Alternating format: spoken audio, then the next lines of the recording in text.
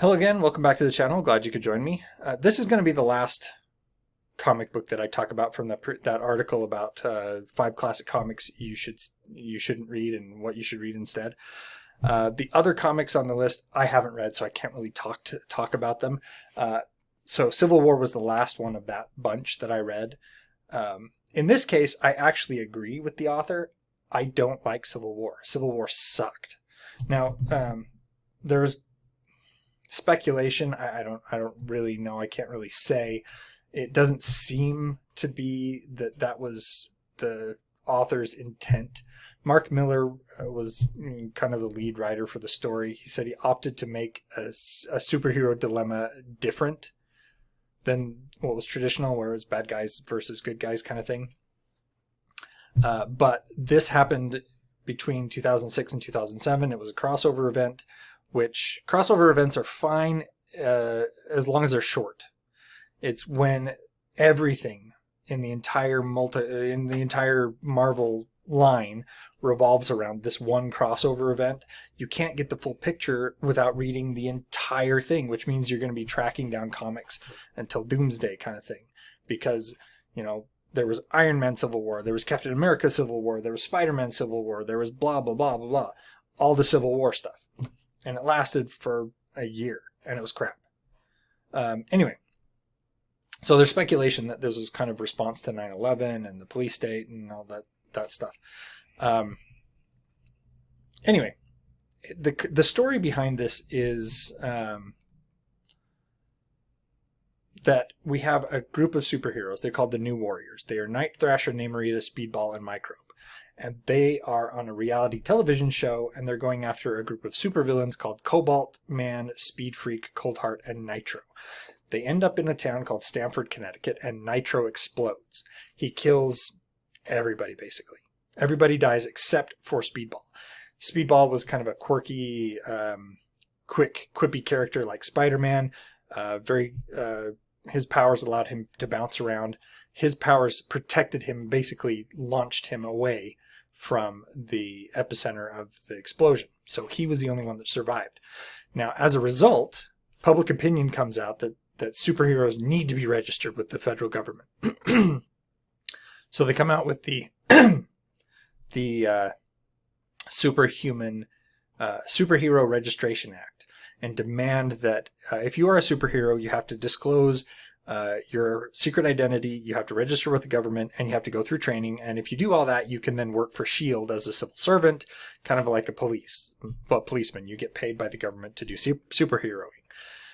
Well, one of the things about this that is stupid is kind of what Captain America said in the Civil War film, which was kind of the weakest one of the pre Endgame and pre-Marvel era, was that if he sees something going, and I'm going to paraphrase here, if he sees something wrong, he's going to step in. It's kind of the deal with superheroes. They see, they're heroes. They're supposed to step in and save people who need help, whether or not the government condones it. Anyway,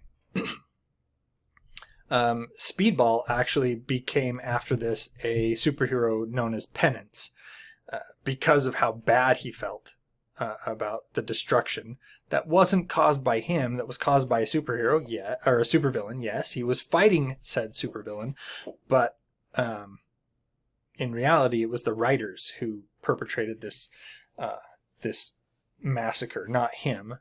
Anyway, his powers could only be activated when he was feeling pain after this happened.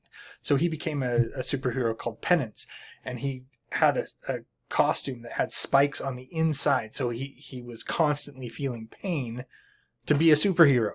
I mean, what kind of moronic idea is that? Anyway, the superhero community splits into 2 factions as a result of this registration act, with half siding with Captain America, saying, no, we're not going to do this. If we disclose our secret identities, our loved ones could be compromised, and we should have the right to help people who are in need of help. And then we have the Captain, or the Iron Man side, which was, no, you have to register with the government. In fact, Spider-Man initially sides with Iron Man, and he becomes one of the first to join the superhero registration by unmasking, which set up a terrible storyline for Spider-Man, where Kingpin, now that he knows who Spider-Man is, sends an assassin after him. Said assassin tries to shoot Spider-Man. However, Spider-Man, because of his reflexes, dodges out of the way of the bullet, and his aunt is shot instead. They rush her to the hospital. She's dying, so MJ, who was married to Peter Parker at the time, MJ and Peter go to Mephisto and have him do two things. They have him erase from everyone's memory the fact that he is Spider-Man. So nobody remembers that Peter Parker is Spider-Man now. And the second thing that happens, and this was the requirement from Mephisto to do this, is he erases their wedding. Completely erases it. So Peter Parker and MJ, who had one of the most stable relationships in comics, a stable relationship being a good thing, especially for a comic book character who's constantly, fighting evil, they erase it. And so now Spider-Man is single again. Terrible, terrible, terrible, terrible. So yeah, Civil War is not worth reading. It screwed up comics for years. I mean, we're still seeing the repercussions of this. Comic books haven't really, especially Marvel, have not recovered since Civil War. It just really went downhill from there. So yeah, skip Civil War. Don't read Civil War. It's garbage. One of the main reasons it being garbage is that fans of comic books want to see one thing. They want to see good guys pitted against bad guys. That's it. We don't want to see our favorite superheroes beating up on each other. That's not what we want. Never have, never will. Now, it's fine if you go into a comic and there's a misunderstanding and the two superheroes or two superhero teams are fighting against each other. That's fine. Because it's usually resolved really quickly. The two sides team up to take down the bad guy. That's what happens. In here, the bad guys ended up being the good guys. Both sides. Neither side was portrayed as noble and heroic. They were all portrayed as self-centered jerks. It made for a terrible experience. We can't even say that Iron Man was wrong because he was following rules that were enacted by the government, and we can't say that Captain America was right because he was fighting against the government. Yes, he was fighting for a noble reason, but that's not how you do it. Anyway, that being said, yeah, you skip it. It's crap. And the fact that they had several superheroes who died and were then brought back. Death is no longer a threat in the comics, because if somebody dies, we can just bring them back. It's not a problem. Well, that sucks, because then there's no real threat to a superhero going up against a supervillain. It doesn't matter if the supervillain's overpowered. If the superhero dies, he'll be back in the next issue. It's not a problem. No threat. Death is no longer a threat. Anyway, yeah, skip Civil War. However, the comic book that or the comic line that was then introduced by the author as one you should read instead is Ms. Marvel, and you shouldn't read that either. Now, first off, I want to get it straight. I don't care what the nationality of the superhero is. I don't care what the gender of the superhero is.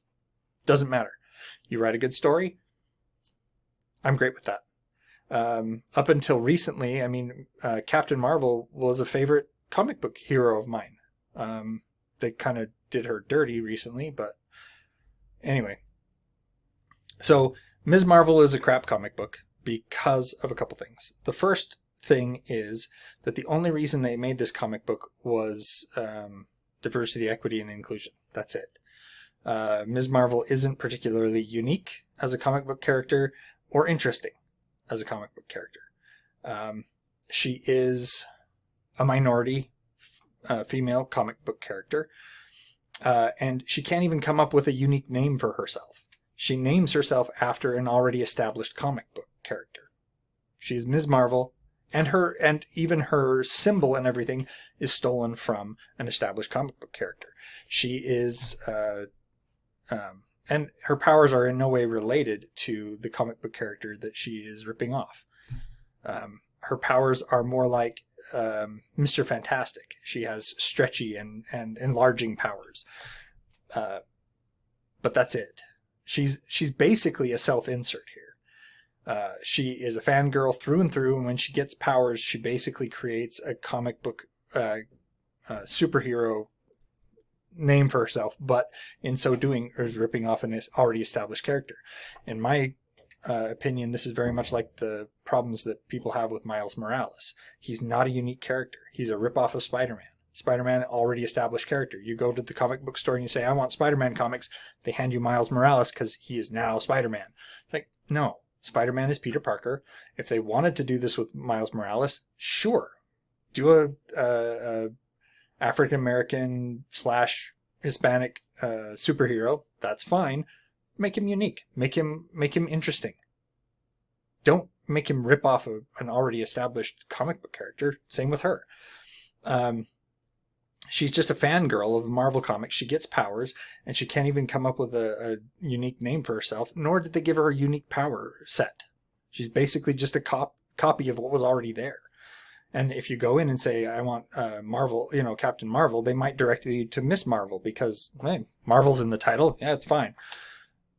But the thing is that Ms. Marvel, the comic, as I recall, the comic line, they had to stop production on it because nobody was buying it because she's not interesting. None of the stories are interesting. And then they trot her out for the Marvels and for the television series. Nobody watched either of those because nobody likes this character. So don't read this either. It's garbage. Like I said, most of this it hasn't really recovered from Civil War, something that was one of the worst things to happen to comic books in a long time. Anyway, that's it for today. Let me know what you thought. If you have read Ms. Marvel and you have a different take, please let me know. I would like to learn why people even think that this might be good, because I can't find anything redeeming about Ms. Marvel, except for the fact that she's minority and female, which there's plenty of minority female characters, Storm, for instance, who's much more compelling. Anyway, that's it for today. Like, share, subscribe, all that other stuff. And until next time, enjoy what you're reading.